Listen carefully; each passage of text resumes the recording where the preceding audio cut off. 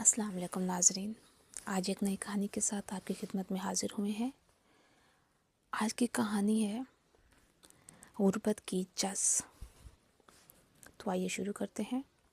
ایک گاؤں میں ایک غریب نائی رہا کرتا تھا۔ وہ ایک درخت کے نیچے کرسی لگا کر لوگوں کی حجامت کرتا تھا۔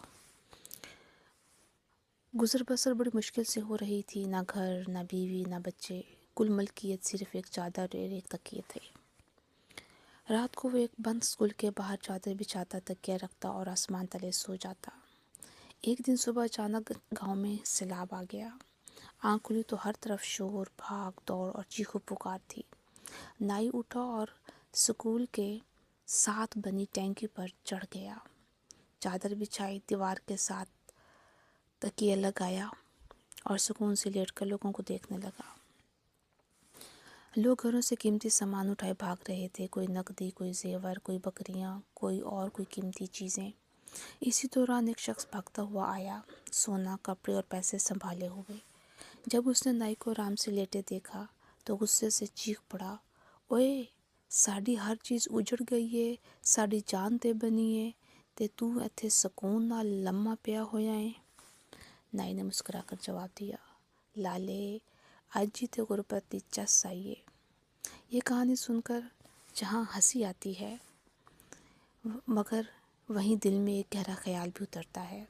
شاید روز محشر کا منظر بھی کچھ ایسا ہی ہوگا۔ ایک طرف غربت کا ایسا حساب ہو رہا ہوگا، 2 وقت کی روٹی، کپڑا، حقوق اللہ، حقوق العباد، اور دوسری طرف امیروں کا حساب، پلازے، دکانیں، فیکٹریاں، گاڑیاں، بنگلے، سونا، زیورات، ملازم، دولت، حلال و حرام، عیش و آرام، زکوٰۃ، حقوق اللہ، حقوق العباد۔ اتنی چیزوں کا حساب دیتے دیتے وہ پسینے سے شرابور اور خوف سے کانپ رہے ہوں گے، اور شاید اس وقت وہی غریب اس نائی کی طرف سکون سے انہیں دیکھ رہے ہوں گے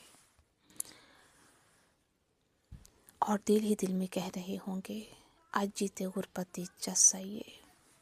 امید ہے آپ کو یہ تحریر ضرور پسند آئی ہوگی۔ اسے لائک کریں، کمنٹ کریں اور دوستوں کے ساتھ شیئر کرنا مت بھولیں۔ ہو سکتا ہے آپ کے ایک شیئر سے کسی کی زندگی بدل جائے۔ شکریہ۔